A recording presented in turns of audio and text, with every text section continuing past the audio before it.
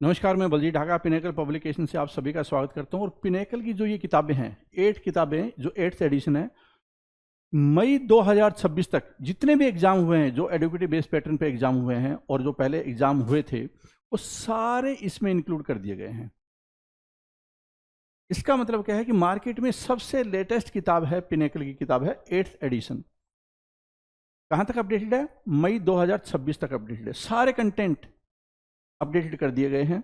और ये कहाँ भी मिलेगी आपको? Amazon, Flipkart, Snapdeal, Meesho, pinnacle की वेबसाइट और लोकल बुक शॉप पे मिलेगी। और कौन कौन सी किताबें होते हैं 8th एडिशन की? Math, reasoning, English, GS. तो जीएस में कौन सी है? 6500, जिसमें सारे क्वेश्चन कवर है equity based, educative based pattern पे। उसके बाद ये हिंदी मीडियम, इंग्लिश मीडियम दोनों में आती है, अलग अलग आती है। मैथ की किताब है ये 6800, रीजनिंग की 7200 वाली किताब है चैप्टर वाइज, ठीक है। फिर इंग्लिश की किताब है ये 7600। तो ये किताबें लेकर आप अपनी तैयारी को बेटर बना सकते हैं। जितने भी एसएससी के एग्जाम होंगे आगे, उसके लिए मोस्ट रेलेवेंट कंटेंट आपको दे दिया गया है। नीचे डिस्क्रिप्शन में लिंक दिया हुआ है, आपको इमीडिएटली किताब खरीदनी चाहिए और तैयारी करनी चाहिए। एसएससी सीजीएल है, सिलेक्शन पोस्ट है, सीएचएसएल है, एमटीएस है, स्टेनो है, जो भी एग्जाम एसएससी कंडक्ट करती है उसके लिए मोस्ट रेलेवेंट बुक है। All the best. Famous places in India, Bharat में प्रसिद्ध स्थान जो है, इंपॉर्टेंट जो प्लेस हैं, इनको पढ़ने वाले हैं। ऐसा तो नहीं होगा कि आप सबने इनको पहली बार सुना होगा, लेकिन फिर भी एक बार इस टॉपिक से गो थ्रू होते हैं हम लोग और जानते हैं इंपॉर्टेंट प्लेस और उनकी विशेषताओं के बारे में। तो चलिए क्लास को शुरू करते हैं। सबसे पहले सालार जंग संग्रहालय, सालार जंग म्यूजियम, इमेज से भी देख सकते हैं आप सब यहाँ पे सालार जंग संग्रहालय।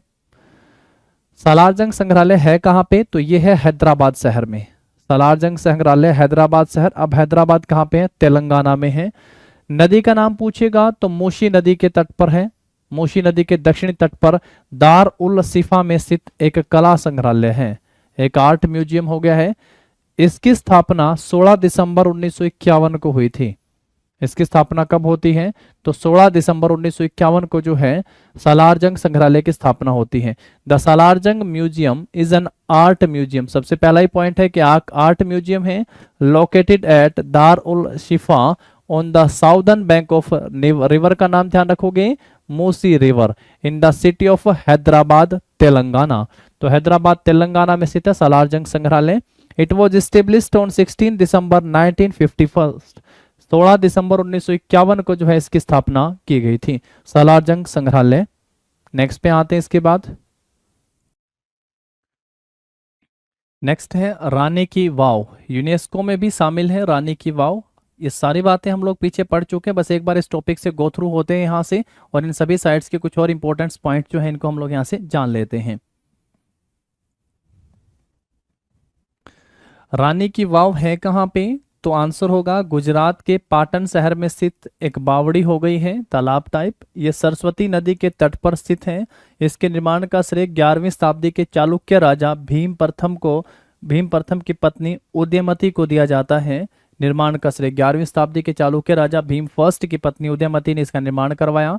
इसे 2014 में भारत में यूनेस्को की जो विश्व विरासत स्थल है उस सूची में शामिल किया गया। यूनेस्को की वर्ल्ड हेरिटेज साइट में रानी की वाव को शामिल किया गया। रानी की वाव है कहाँ पे? तो गुजरात के पाटन में स्थित है। Rani ki Vav is a step well situated in the town of Patan in Gujarat. It is located on the bank of Saraswati River. Located on the bank of Saraswati River.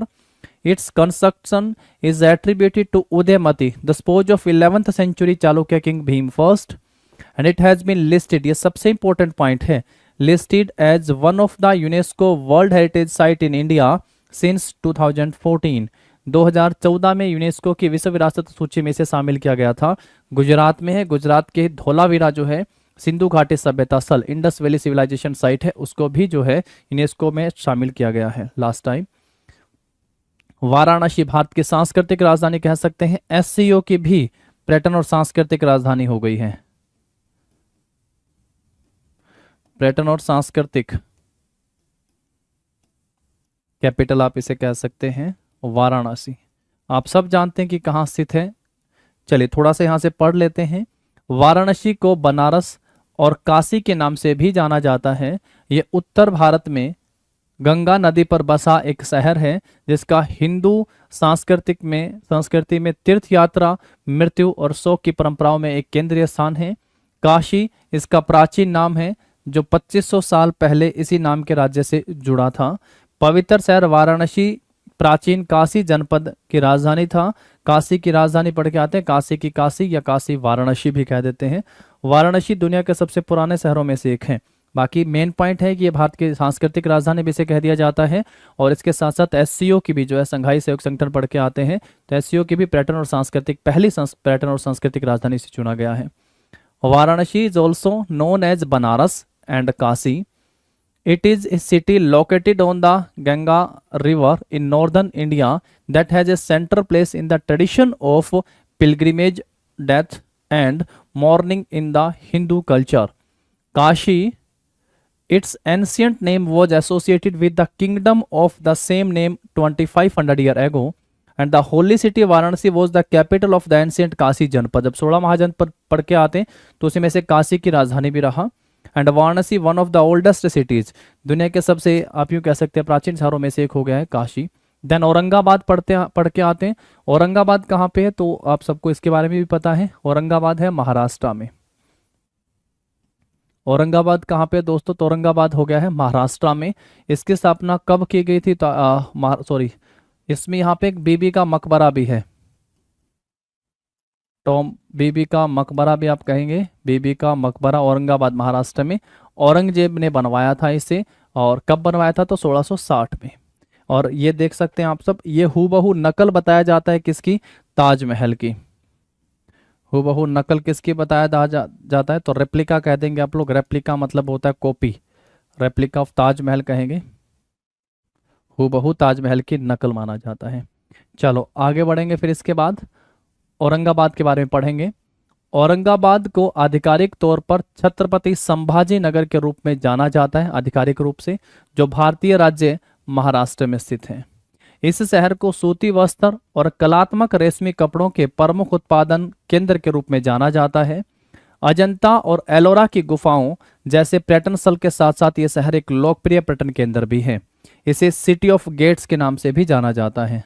Aurangabad को किस नाम से भी जाना जाता है तो सिटी ऑफ गेट्स के नाम से भी इसे जाना जाता है।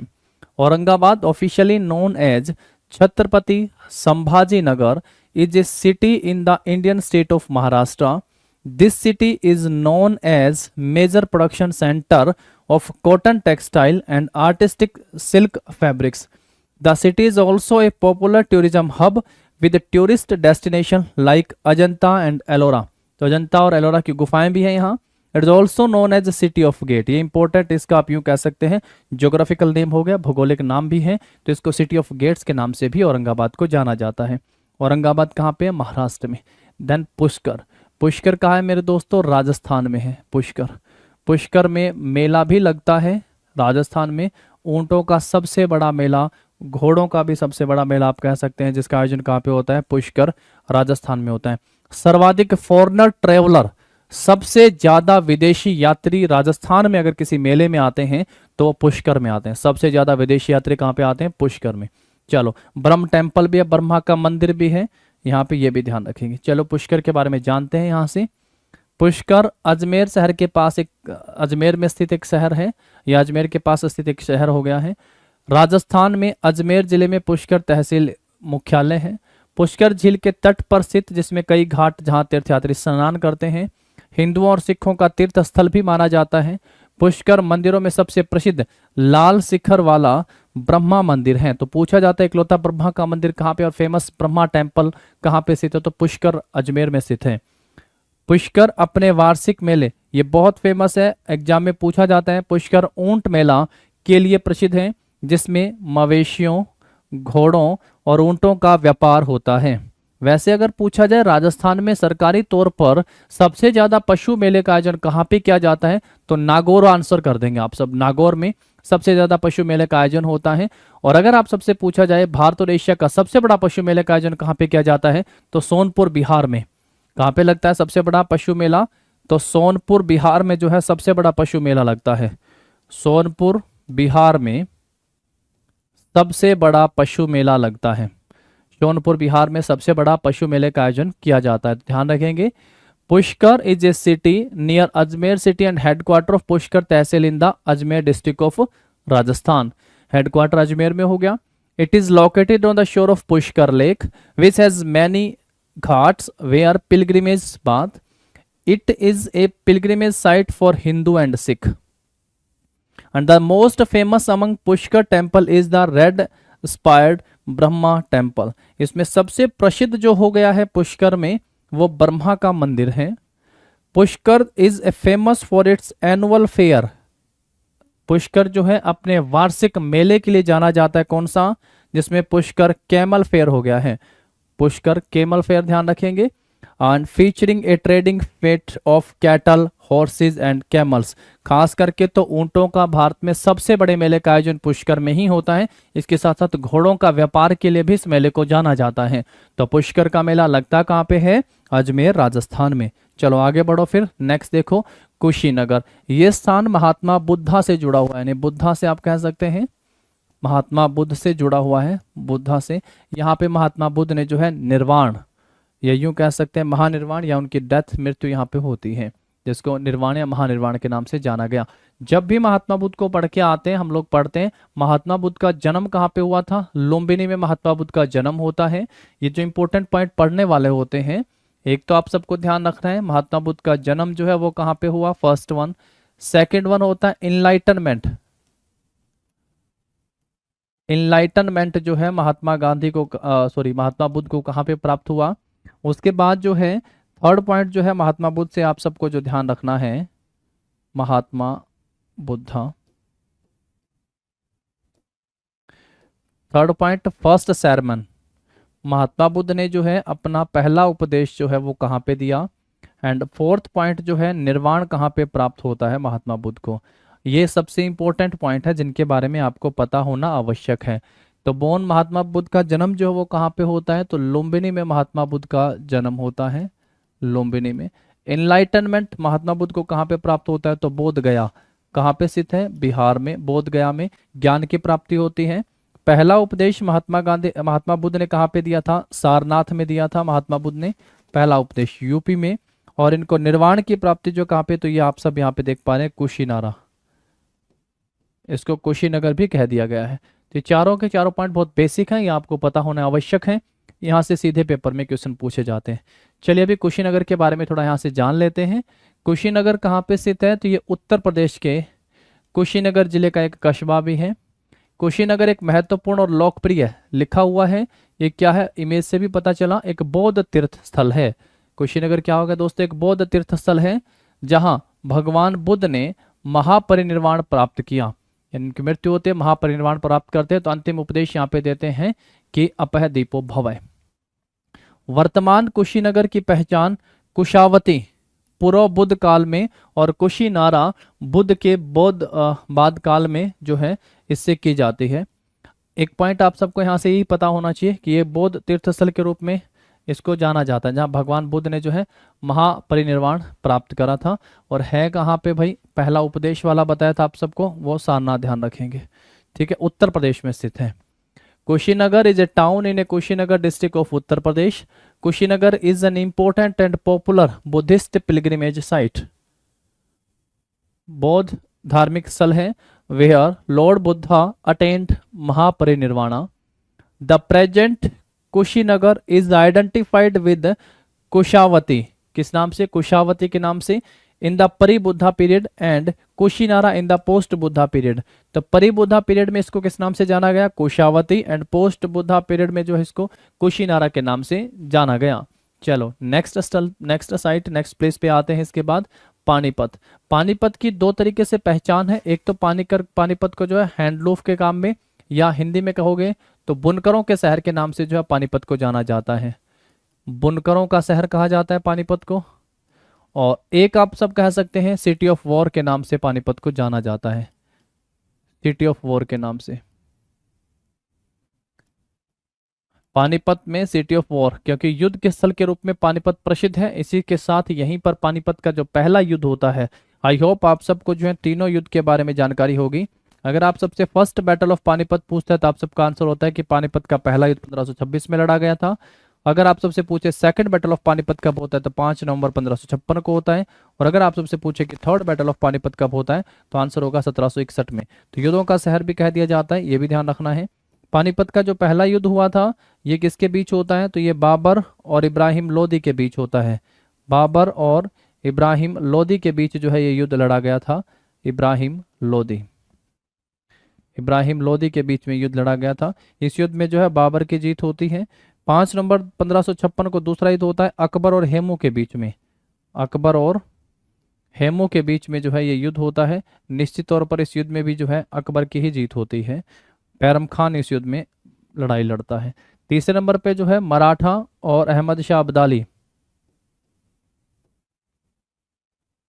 अहमद शाह अब्दाली और मराठों के बीच में ये युद्ध होता है। किसके बीच में होता है तो मराठों के बीच में। तो अहमद शाह अब्दाली जो है ये युद्ध जीतता है, यहाँ से मराठों की हार होती है। मराठों की तरफ से सदाशिवराव बहाऊ इस युद्ध में भाग लेते हैं। तो ये भी ध्यान रखेंगे। पानीपत में ही जो है यहाँ पे पहली मस्जिद भी आप सब देख सकते हैं। पानीपत में जो मुगलों के द्वारा बनवाई गई थी काबुली बाग मस्जिद, जिसका निर्माण बाबर करता है। चलो पानीपत के बारे में जान लेते हैं। पानीपत हरियाणा का एक ऐतिहासिक शहर है। ये शहर भारत में बुनकरों का शहर के नाम से प्रसिद्ध है। इसे कपड़ा पुनर्चक्रण का वैश्विक केंद्र होने के कारण cost of capital, the cost of capital के नाम से भी इसे जाना जाता है। वैश्विक केंद्र है इसीलिए इसे कॉस्ट ऑफ कैपिटल के नाम से भी जाना जाता है। Panipat is a historic city in Haryana and the city is famous in India as the city of weavers. City of weavers के लिए प्रसिद्ध होगी, यानी बुनकरों का शहर जो इसे कहा जाता है। It is also known as the cast off capital, cast off capital due to being the global centre for recycling textile. Global centre for recycling textile के लिए जो है कास्ट ऑफ कैपिटल्स के नाम से भी जो है पानीपत को जाना जाता है। नेक्स्ट है, यहां से आप देखेंगे कुरुक्षेत्र, धर्म नगरी के नाम से कुरुक्षेत्र हो गया है। कुरुक्षेत्र धर्म नगरी के नाम से। यहां पर जो है कौरवों और पांडवों के बीच में महाभारत लड़ा गया था। कौरवों और पांडवों के बीच में भगवान श्री कृष्ण ने जो है गीता का उपदेश यहाँ पे अर्जुन को दिया था। और कहते हैं कि यहाँ अर्जुन के रथ पे साक्षात बजरंग बली भी थे, तो राम सेवक थे, उन्हें भी ज्ञान मतलब कि नाम ही जो उनको उनसे से जुड़े हुए थे, तो असल में उन्हीं के लिए भी आप कह सकते हैं। गीता का उपदेश अगर पूछे कि किस किस ने सुना था तो आप सब आंसर क्या कर सकते हैं, गीता का उपदेश किस किस ने सुना था। और भगवान श्री कृष्ण गीता का उपदेश देते हैं। एक तो स्वाभाविक जो सबसे ज्यादा आप सबको पता अर्जुन, दूसरे कह रहे हैं कि रथ जो है उस पे साक्षात बजरंग बली विद्यमान थे, तो बजरंग बली। तीसरा आप कह सकते हैं कि बारबरिक। चौथा आप यूं कह सकते हैं कि चौथा नाम आप सब बताइएगा, आप सबके लिए एक ऑप्शन है संजय, जिसको दिव्य दृष्टि प्राप्त थी, जो धृतराष्ट्र को जो है पूरा का पूरा महाभारत वहां पे बता रहे थे कि अब क्या चल रहा है, युद्ध में क्या हो रहा है, गीता का उपदेश यानी। तो 3 लोग तो मैंने आप सबको यहाँ पे बताया जिन्होंने सुना होगा, बाकी तो आप मुझे बताइए क्या धृतराष्ट्र और संजय भी हैं। चलिए आगे पढ़ते हैं, कुरुक्षेत्र के बारे में जानते हैं। कुरुक्षेत्र में ब्रह्म सरोवर है मेरे दोस्तों, ब्रह्म सरोवर है यहाँ पे कुरुक्षेत्र में, जिसके बारे में जानकारी मिलती है किसमें, जो किताब उल हिंद है, अलबरूनी की पुस्तक किताब उल हिंद में जो है ब्रह्म सरोवर की जानकारी मिलती है। एशिया का सबसे बड़ा सरोवर अगर है तो ब्रह्म सरोवर हरियाणा के कुरुक्षेत्र में स्थित है, एशिया का सबसे बड़ा है। और इसकी जानकारी 2 पुस्तकों में मिलती है, एक अलबरूनी की पुस्तक किताब उल हिंद में, और दूसरा अबुल फजल ने जो है ब्रह्म सरोवर को लघु महासागर भी कहा है, लघु महासागर का नाम भी दिया है।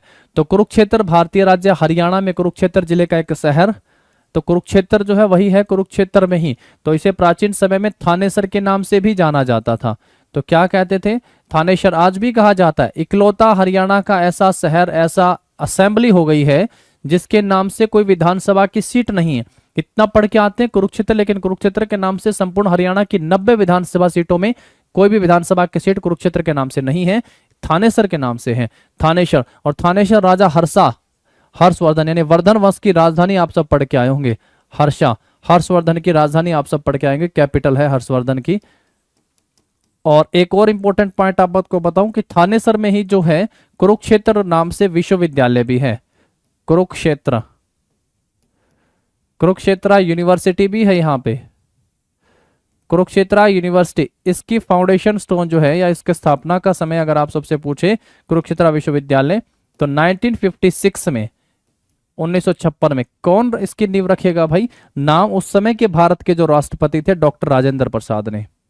किसने? डॉक्टर राजेंद्र प्रसाद ने। और कुरुक्षेत्र विश्वविद्यालय के अंदर जो हॉस्टल है उन्हीं में से एक हॉस्टल जिसका नाम है हर्षा,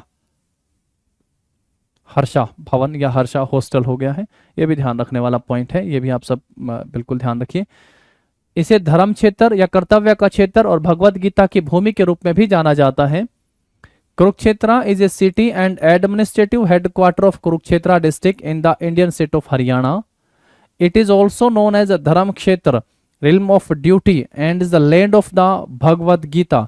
तो भगवत गीता के नाम से भी इसे जाना जाता है। भगवत गीता की भूमि हो गई, इस नाम से भी इसे जाना जाता है। यहाँ पे जैसा मैंने आप सबसे कहा ब्रह्म सरोवर है, ब्रह्म सरोवर है। और ब्रह्म सरोवर के बारे में जो है 2-3 बातें आप सबको ध्यान रख लेनी। पहला, एशिया का सबसे बड़ा, लार्जेस्ट ऑफ एशियन,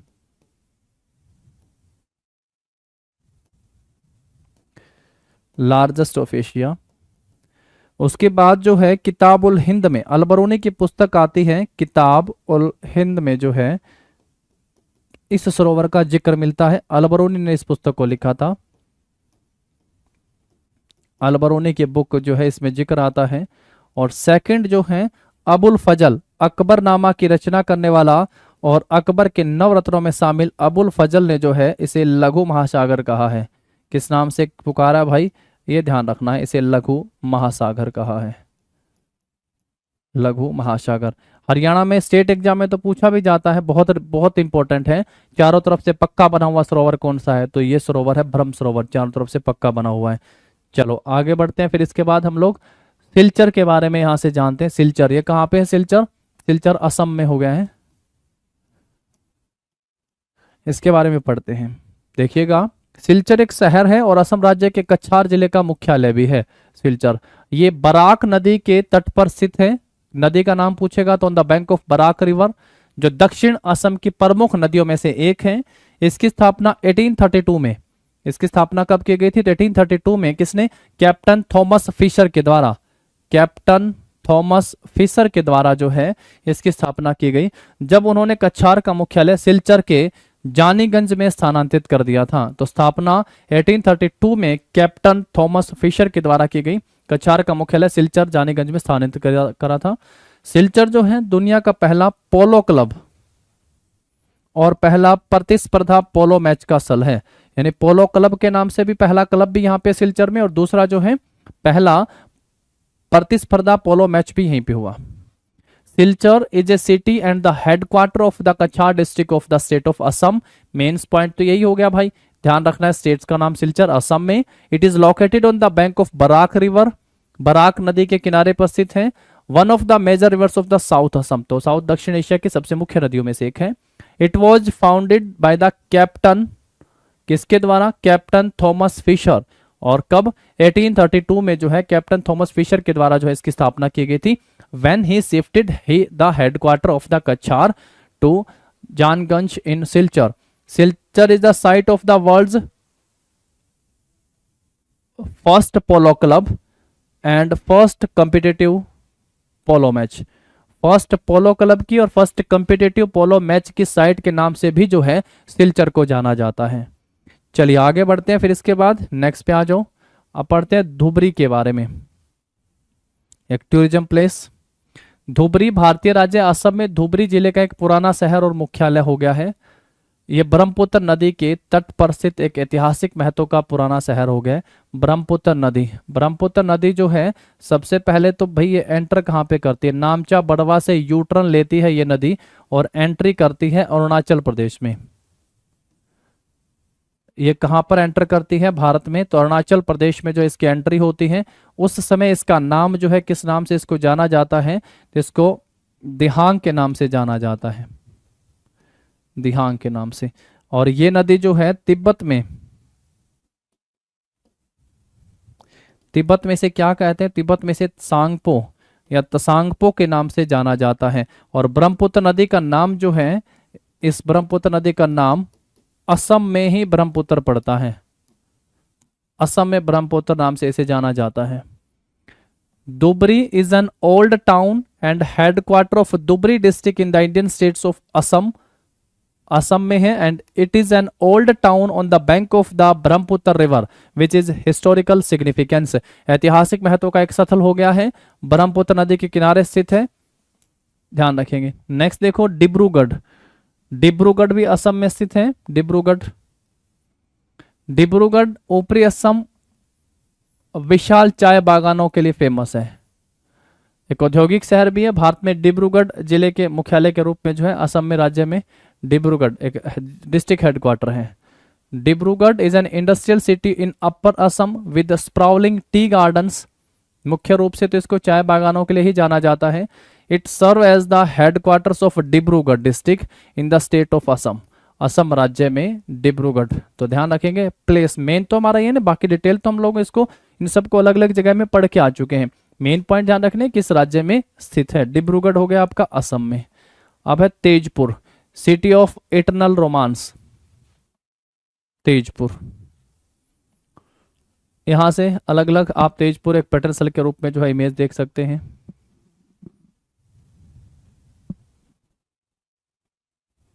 चलिए नेक्स्ट देखते हैं फिर। तेजपुर भी कहां पे हो गया है, तो तेजपुर असम के सोनितपुर जिले में एक शहर है। तेजपुर ब्रह्मपुत्र नदी के तट पर स्थित है।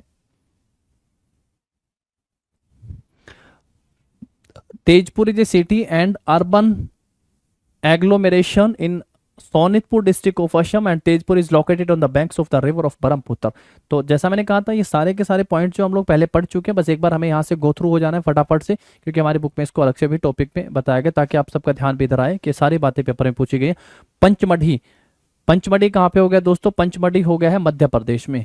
पंचमढ़ी मध्य प्रदेश के होशंगाबाद जिले का एक हिल स्टेशन भी हो गया है पंचमढ़ी। पंचमढ़ी और बांधवगढ़ के नाम से वन्यजीव अभ्यारण्य और राष्ट्रीय उद्यान भी आप सबने देखे होंगे जब आप राष्ट्रीय उद्यान और वन्यजीव अभ्यारण्य पढ़ के आते, पंचमढ़ी और बांधवगढ़। इसे व्यापक रूप से सतपुड़ा की रानी भी कहा जाता है, क्वीन ऑफ सतपुड़ा। पंचमढ़ी को क्वीन ऑफ सतपुड़ा के नाम से भी जाना जाता है, जो नर्मदापुरम जिले में सतपुड़ा रेंज की एक घाटी में 1067 मीटर की ऊंचाई पर स्थित है। सतपुड़ा की सबसे ऊंची चोटी अगर आप सबसे पूछे, हाईएस्ट पीक अगर आप सबसे कोई पूछे कि बताओ हाईएस्ट पीक, तो क्या नाम हो गया, धूपगढ़ी।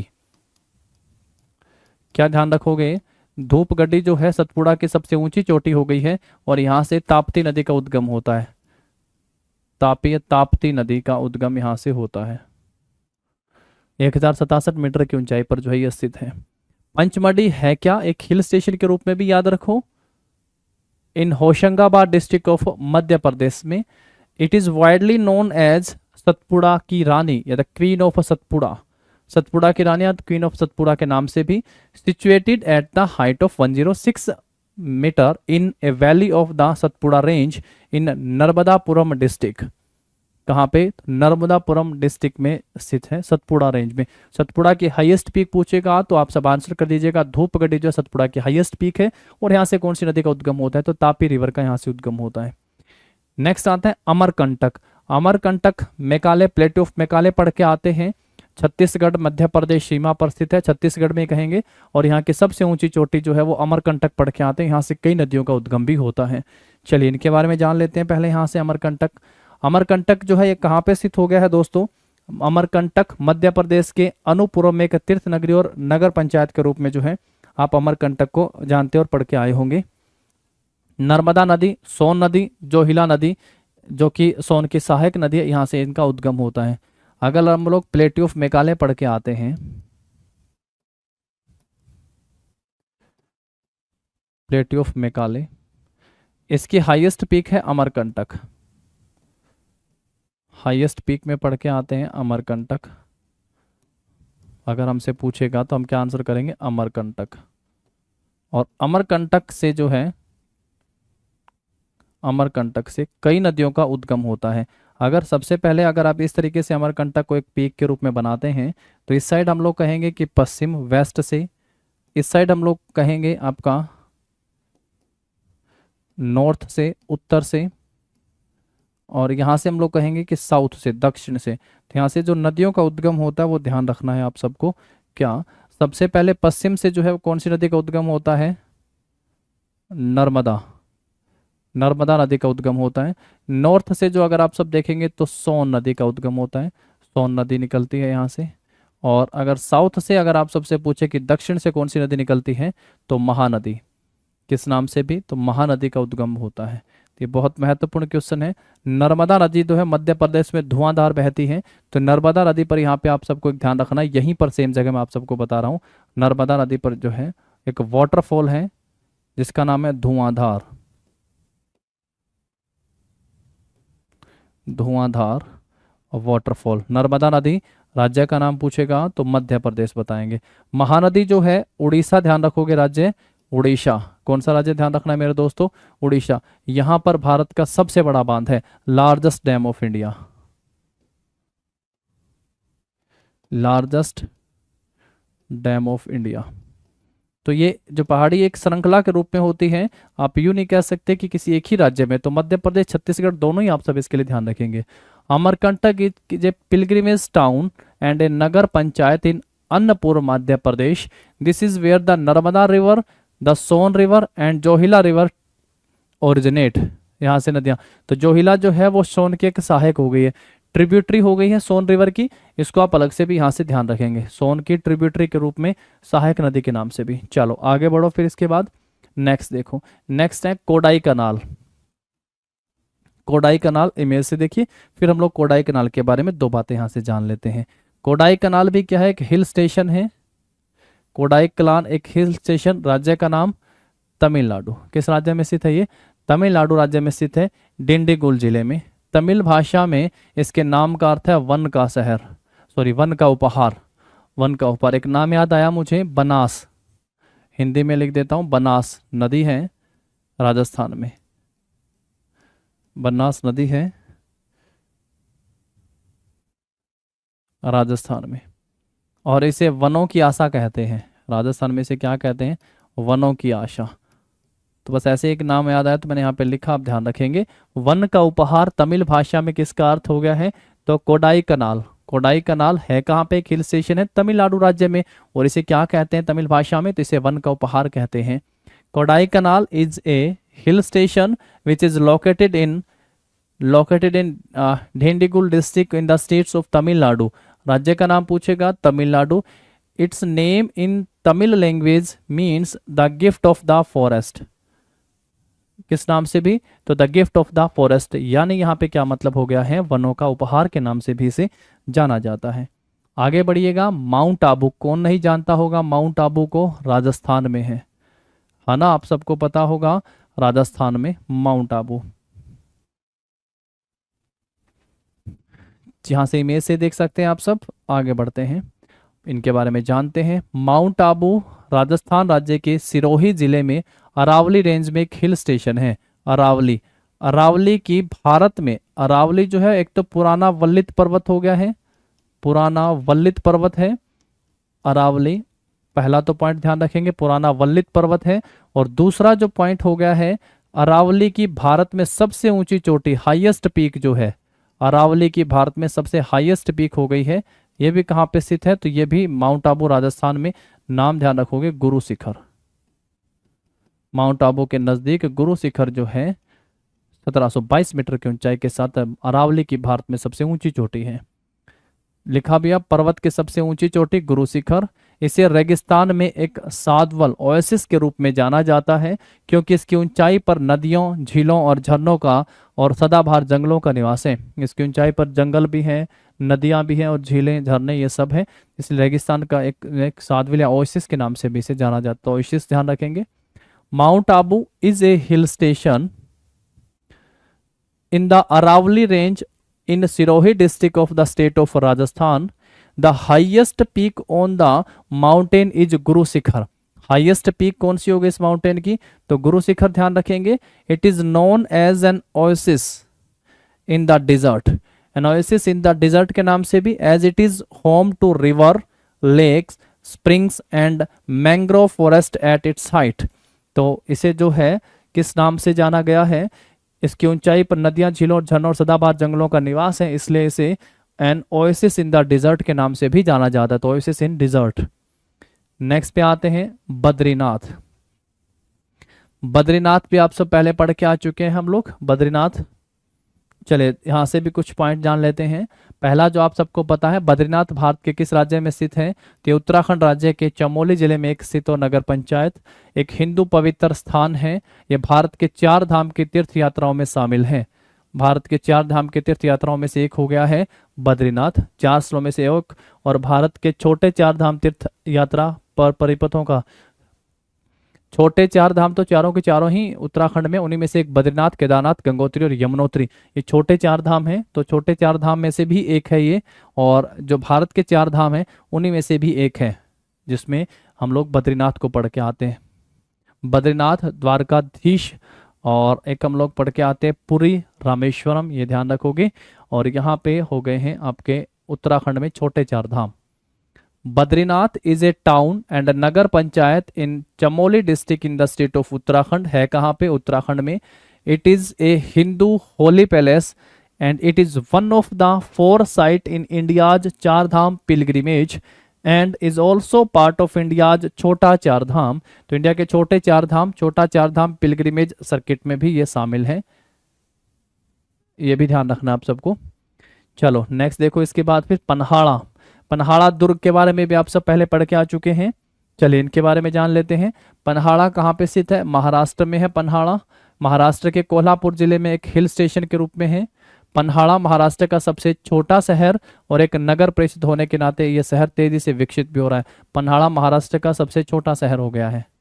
पन्हाड़ा कहाँ पे है? महाराष्ट्र में स्थित है। महाराष्ट्र के Panhala is a city of in city and hill station in Kolhapur district of Maharashtra. Panhala is the smallest city in Maharashtra and being a municipal council city developing rapidly. तो एक municipal council city भी है Panhala. Next देखिएगा cling. Cling war से भी आप लोग cling को पढ़ के आते हैं। आज उड़ीसा क्लिंग के नाम से पहले जो है जाना जाता था, आज हम लोग उड़ीसा कहते हैं, पहले क्लिंग के नाम से पे। यहाँ से आप सब जो इसके इमेज को देख सकते हैं। चलिए आगे बढ़ते हैं फिर। क्लिंग भारत का एक ऐतिहासिक क्षेत्र है।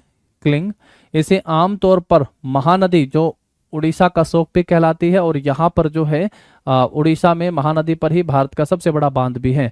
और गोदावरी नदी, गोदावरी जो है प्रायद्वीपीय भारत की सबसे लंबी नदी है, के बीच पूर्वी तटीय क्षेत्र के रूप में परिभाषित किया जाता है। हालांकि इसकी सीमाओं में इसके शासकों के क्षेत्र के साथ उतार चढ़ाव भी आया। क्लिंगा is a historical region of India. It is generally defined as the eastern coastal region between the Mahanadi and Godavari river. 2 नदियों के नाम जरूर ध्यान रख लेना है, महानदी एंड गोदावरी रिवर। अगर आप सबसे पूछे किस स्टेट में है और प्राचीन समय में उड़ीसा को किस नाम से जाना जाता था, तो आप सबका आंसर होगा कि उड़ीसा को जो है प्राचीन समय में क्लिंग के नाम से जाना जाता था। क्लिंग, क्लिंग का नाम पढ़ के आते तो आप सबको क्या याद आता है? अशोक, मौर्य वंश का शासक अशोक। और अशोक जो है ये सबसे पहले तो भाई क्राउन बन यानी राजा जो है ये कब बना था सबसे पहला? तो 269 बीसी में जो है अशोक राजा बनता है। और राजा बनने के ठीक 8 साल बाद जो है क्लिंग वॉर होता है, ये क्लिंग पर हमला करता है। ये कब करता है? तो 261 बीसी में क्लिंग पर हमला करता है। तो इसके बारे में जो है रॉक एडिक्ट 13 में शिलालेख नंबर 13 में जानकारी मिलती है। रॉक एडिक्ट 13 में भी इस बारे में जानकारी मिलती है। तो ये भी आप सबको ध्यान रखना है। शिलालेख की शुरुआत भारत में अशोक ने करी थी। 14 थे, उन्हीं में से जो है 13वें शिलालेख में अशोक के हृदय परिवर्तन और क्लिंग युद्ध या क्लिंग पर हमले का जो है जिक्र मिलता है। इंपॉर्टेंट पॉइंट है, इसको ध्यान रखिएगा आप सब, ठीक है दोस्तों। चलो आगे बढ़ो, फिर इसके बाद नेक्स्ट पे आते हैं।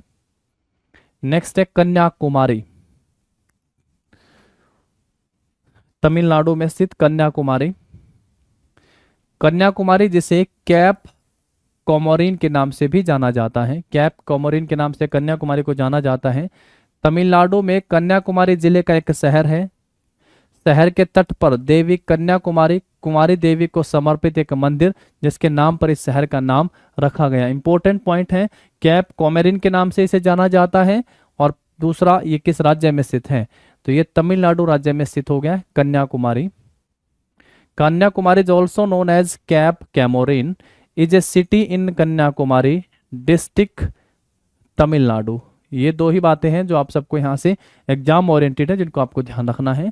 On the shores of the city is a temple dedicated to goddess Kanyakumari the virgin goddess after which the town is named, जिनके नाम पर कन्याकुमारी, जिसके नाम पर जो है इस का नाम कन्याकुमारी रखा गया, जो भारत के तमिलनाडु में राज्य में स्थित है। इसे कैप कैमोरिन के नाम से भी जाना जाता है, कैप कैमोरिन के नाम से भी इसे जाना जाता है। ये भी पॉइंट आप यहाँ से ध्यान रखेंगे। चलिए आगे बढ़ते हैं। फिर इसके बाद नेक्स्ट पे आते हैं मानसिंगराम। मानसिंगराम आप सब जानते हैं दुनिया का सबसे ज्यादा वर्षा वाला स्थान है मेघालय में, मेघालय में सबसे ज्यादा। और मेघालय को क्या कहते हैं, तो मेघालय को मेघों का घर कहते हैं। मेघालय में स्थित है सबसे अधिक बारिश। पहले हम लोग पढ़ के आते चेरापूंजी को, अब हम लोग ध्यान रखेंगे यहाँ पे मानसिंगराम को। देखिएगा, मानसिंगराम मेघालय के पूर्वी खासी हिल, गारो, खासी और जयंतिया पहाड़ियां कहाँ स्थित हैं, मेघालय में। तो पूर्वी खासी हिल्स जिले के एक कस्बा है। मानसिंगराम जो है भारत में सबसे अधिक वर्षा, ये सबसे इंपॉर्टेंट है, भारत में सबसे अधिक वर्षा प्राप्त करने वाला स्थान है। Guinness book of world records के अनुसार 11,872 mm की औसत वर्षा यहाँ पे होती है। Guinness book of world record में दर्ज है 11,872 mm जो है यहाँ पे बारिश हुई है वार्षिक वर्षा के साथ। ये कथित तौर पर पृथ्वी पर सबसे नम स्थान है, इन्हें सबसे आर्द्र स्थान के रूप में भी जाना जाता है। आर्द्र कह लीजिएगा, नमी वाला स्थान भी जो इसे कहा जाता है। सबसे ज्यादा आर्द्र स्थान या नमी वाला स्थान अगर धरती पर कहीं पर है तो वो मानसिंगराम है। मानसिंगराम है कहाँ पे, ये मेघालय में। Guinness book of world record के अनुसार 11,872 mm बारिश जो है यहाँ पे दर्ज की गई है, वार्षिक औसतन वार्षिक बारिश यहाँ पे दर्ज की गई है। Mawsynram is a town in the east Khasi hill district of Meghalaya. Mawsynram receives the highest rainfall, यहाँ सर्वाधिक बारिश होती है भारत में। अगर कोई पूछे सबसे ज्यादा वर्षा भारत में कहाँ पे होती है, तो आप सबका आंसर होगा मानसिंगराम में। With an average annual rainfall of 11,872 mm, it is reportedly the wettest place on earth. नमी वाला जो है सबसे ज्यादा स्थान धरती पर, सबसे ज्यादा नमी अगर धरती पर कहीं पर है तो कहाँ पे, मानसिंगराम में। According to the Guinness book of world record, Guinness book of world record के अनुसार दुनिया पर सबसे अधिक वर्षा वाला स्थान अगर कोई सा है तो कौन सा है, मानसिंगराम हो गया है। आगे बढ़ेंगे इसके बाद फिर रामपुरवा। यहां से आप सब देख पा रहे हैं रामपुरवा, ये बैल और ये है bull capital of Ashok, bull capital of Ashok, Ashok की बुल कैपिटल है। तो बताओ, पहले पढ़ लिए हैं हम लोग। रामपुरवा बिहार में है और एट प्रेजेंट अगर पूछेगा तो president house, Rashtrapati Bhavan. At present अगर पूछे तो प्रेसिडेंट हाउस ध्यान रखेंगे। इसी से लॉयन कैपिटल भी आप सबको पहले बताए हुए हैं, लॉयन कैपिटल अशोक के 4 एशियाई शेर के साथ। ये जो है कहाँ पे है, सारनाथ में, जहां पे महात्मा बुद्ध ने अपना पहला उपदेश दिया था, लॉयन कैपिटल। और इसे जो है भारत का नेशनल एम्बलम घोषित किया गया था 26 जनवरी 1950 को, 26 जनवरी 1950 को। रामपुरवा, ये रामपुरवा है कहाँ पे, बिहार में। चलो 2 बातें यहाँ से इसकी भी जान लेते हैं हम लोग, बाकी ये चीजें हम सब सारे पहले पढ़ के आ चुके हैं। रामपुरवा राजधानी 1876 में ACL कार्लाइल या कार्लाइल के द्वारा खोजे गए अशोक स्तंभों की एक जोड़ी की राजधानी है। सिंह चतुर्मुख अब कोलकाता में भारतीय संग्रहालय में है, जबकि बुल स्तंभ जो है राष्ट्रपति भवन, भारतीय राष्ट्रपति महल के बरामदे में केंद्रित है। यहां से देखिएगा, the Rampurva capitals are the capital of pair of Ashoka pillars discovered in 1876 by ACL Carlyle. The lion capital जो सारनाथ में मिली थी, अशोक के 4 एशियाई स्तंभ जो एक दूसरे के पीठ करके खड़े हुए हैं, is now the in Indian museum Kolkata. तो लॉयन कैपिटल कहाँ पे है, इंडियन म्यूजियम कोलकाता में है। जबकि वाइल जो बुल कैपिटल है अशोक की, वो कहाँ पे है, तो भाई is located at the centre of the porch of the Rashtrapati Bhavan, president house, the Indian president palace, presidential palace में। बस सिंपल सी बात है। रामपुरवा बिहार जो है अशोक की बुल कैपिटल थी, जो बुल कैपिटल, और उसको फिर अभी कहाँ पे, तो ये राष्ट्रपति भवन में है। जबकि लॉयन कैपिटल जो सारनाथ उत्तर प्रदेश में 4 एशियाई शेर एक दूसरे के पीठ करके खड़े हैं, वो अभी कहाँ पे, इंडियन म्यूजियम कोलकाता में है। इंडियन म्यूजियम कोलकाता ध्यान रखेंगे हम लोग यहाँ से। चलो आगे बढ़ो। फिर इसके बाद कोल्हापुर, अभी कोल्हापुर के बारे में पढ़ के आए थे। यहाँ से जान लेते हैं। कोल्हापुर कहाँ पे स्थित है? आप सबको पता कि कोल्हापुर सर महाराष्ट्र के दक्षिणी भाग में पंचगंगा नदी के तट पर स्थित है। कई बार नदियों वाला भी पूछता है। पंचगंगा नदी के तट पर स्थित एक शहर हो गया है कोल्हापुर। कोल्हापुर अपनी अनूठी खाद्य संस्कृति के लिए प्रसिद्ध है, जिसमें इसके विशिष्ट कोल्हापुरी व्यंजन शामिल हैं, जो स्थानीय लोगों और पर्यटकों के स्वाद के समान रूप से प्रभावित करता है। मेन पॉइंट है आप सबको जो पता, Kolhapur is the city of bank on the bank of the river Panchganga in the southern part of the Indian state Maharashtra, and Kolhapur is famous for its unique food culture, including its signature Kolhapuri cuisine that tantalizes the taste of locals and tourists alike. तो कोल्हापुर हो गया है हमारा, जो कहाँ पे स्थित बताया गया था, तो ये महाराष्ट्र में पंचगंगा नदी के किनारे स्थित हैं। ये सभी जो प्लेस हैं ये सारे के सारे हम लोग पहले अपनी अब तक की जो क्लासेज हुई हैं उनमें पढ़ के आ चुके हैं, बार बार हम सब इनको पढ़े हैं। तो थोड़ा सा हम लोग इस टॉपिक को अलग से दिया हुआ था, तो एक बार इस टॉपिक से भी हम लोग गो थ्रू हुए और हम लोगों ने यहाँ से जाना कि कौन से ऐसे इंपॉर्टेंट प्लेस हैं जो हम सबसे एग्जाम में पूछे जाते हैं, थोड़ा अलग से, क्योंकि इनको थोड़ा महत्व दे दिया गया है, क्योंकि एग्जाम में ये हम सबसे पूछे जाते हैं। चलिए फिर आज की अपनी क्लास को हम लोग यहीं तक रखते हैं और कल फिर मुलाकात करेंगे, कुछ और आगे पढ़ेंगे, नया पढ़ेंगे। तब तक के लिए देखते रहिए, पढ़ते रहिएगा। आप सबको आपके एग्जाम के लिए all the very best. Thank you.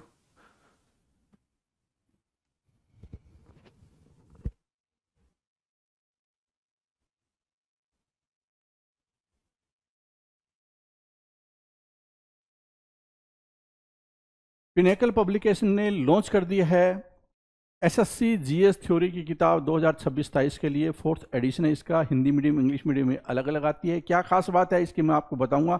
बहुत यूनिक किताब है। अगर आप एसएससी एग्जाम्स की तैयारी कर रहे हैं और जीएस आपका कमज़ोर है या जीएस की तैयारी करना चाहते हैं तो ये किताब आपके पास ज़रूर होनी चाहिए। इससे थ्योरी समझ सकते हैं आप, ठीक है। और सारे सब्जेक्ट इसमें कवर है। स्टैटिक जीके है, हिस्ट्री है, ज्योग्राफी है, पॉलिटी है, इकोनॉमिक्स है, साइंस है, सब सारे सब्जेक्ट इसमें इंक्लूड कर दिए गए हैं, ठीक है। और जो एसएससी के एग्जाम है उसके लिए ये मोस्ट रेलेवेंट कंटेंट है। हिंदी मीडियम इंग्लिश मीडियम में अलग अलग आती है ये, और इसमें जो एडुकेटिव बेस्ड पैटर्न है वो भी सारा इसमें इंक्लूड किया गया है। 60 डेज सेल्फ प्रिपरेशन मॉड्यूल है ये। आपको Amazon, Flipkart, Snapdeal, Meesho, pinnacle की वेबसाइट, लोकल बुक शॉप ये किताब मिलेगी आपको, और नीचे डिस्क्रिप्शन में लिंक भी दिया हुआ है, आप देख सकते हैं ये किताब। और जो इस किताब की खास बात क्या है कि रिवर्स इंजीनियरिंग के ऊपर आधारित है। कॉन्सेप्ट क्या है? Reverse engineering. मतलब जितने एग्जाम में क्वेश्चन आते हैं जैसे एडुकेटिव बेस्ड पैटर्न पे, वो क्वेश्चन के आधार पे पीछे रिवर्स किया जाता है उसको कि भाई इसके ऊपर कौन सी थ्योरी बनती है। मतलब कि क्वेश्चन पहले स्टडी होते हैं, उसके बाद में थ्योरी बनती है, जिससे कि और उसको फिर सीक्वेंस दिया जाता है, जिससे कि जो स्टूडेंट है वो एक बेटर ढंग से मोस्ट रेलेवेंट कंटेंट को समझ पाए, क्या है आज के टाइम में किस तरह के क्वेश्चन पूछे जाते हैं, तो थ्योरी भी उसी के अनुसार हो। इरेलीवेंट थ्योरी न पढ़े, वो रेलेवेंट थ्योरी पढ़े। और ये पढ़ने के बाद में जो 6500 एमसीक्यू वाली किताब अगर कोई बच्चा करता है तो बहुत ही शानदार तरीके से क्या है उसकी तैयारी हो जाएगी। तो reverse engineering concept, 60 day self preparation module, R&D बहुत स्ट्रॉन्ग की गई है इस किताब पे। और एसएससी एग्जाम से स्पेसिफिक ये किताब है, मार्केट में ओनली बुक है ये जो एसएससी एग्जाम से रिलेटेड है। इसका मतलब मोस्ट रेलेवेंट कंटेंट है। हिंदी मीडियम इंग्लिश मीडियम ये किताब अलग अलग आती है, और ये कहाँ पे? Amazon, Flipkart, Snapdeal, local book shop, इस सब पे मिलेगी आपको। पेपर क्वालिटी पिनेकल की आपको पता है, बाइंडिंग क्वालिटी ये सब बहुत अच्छी होती है। और हर किताब पे आपको ये वाली यूनिक आईडी होती है, जिससे गारंटी मिलती है कि आप इसको स्कैन करेंगे पता चलेगा, और इसको रजिस्टर कर लीजिए। इससे आपको 50 पॉइंट भी मिलेंगे, कॉइन्स मिलेंगे, जिससे आप पिनेकल का टेस्ट पास है या ई बुक है, जो भी डिजिटल कंटेंट है वो आप खरीद सकते हैं। तो इससे आपकी किताब का पता चलेगा कि ये वास्तव में ओरिजिनल किताब है, और ये हर किताब पे होता है यूनिक आईडी। अब मैं आपको इसके इंडेक्स पे भी लिए चलता हूं जिससे आप समझ पाएं, और ये इंडेक्स वीडियो के नीचे डिस्क्रिप्शन में दिया हुआ है, पिनेकल की वेबसाइट के ऊपर है, जिससे आपको पता चले कि इंडेक्स और कुछ पेजेस दिए हुए हैं, जिससे आपको ये पता चल जाए कि क्या कंटेंट होगा इसमें और किस तरह से इसमें एक्सप्लेन किया गया होगा। तो ये कंटेंट जरूर आप देख लें, इनबॉक्स में ये आपको इंडेक्स है, आपको डिस्क्रिप्शन में मिलेगा और पिनेकल की वेबसाइट पे भी मिलेगा, ठीक है। तो ये हिंदी मीडियम इंग्लिश मीडियम अलग अलग आती है, कॉमा भी फर्क नहीं है, दोनों किताबें बिल्कुल सेम होती है। हिंदी मीडियम इंग्लिश मीडियम की मैं आपको कंटेंट दिखा देता हूँ। देखो पहले स्टैटिक जीके का कंटेंट होगा, ठीक है। उसके बाद स्टैटिक जीके के बाद में कितने चैप्टर? स्टैटिक जीके के लगभग 71 चैप्टर है।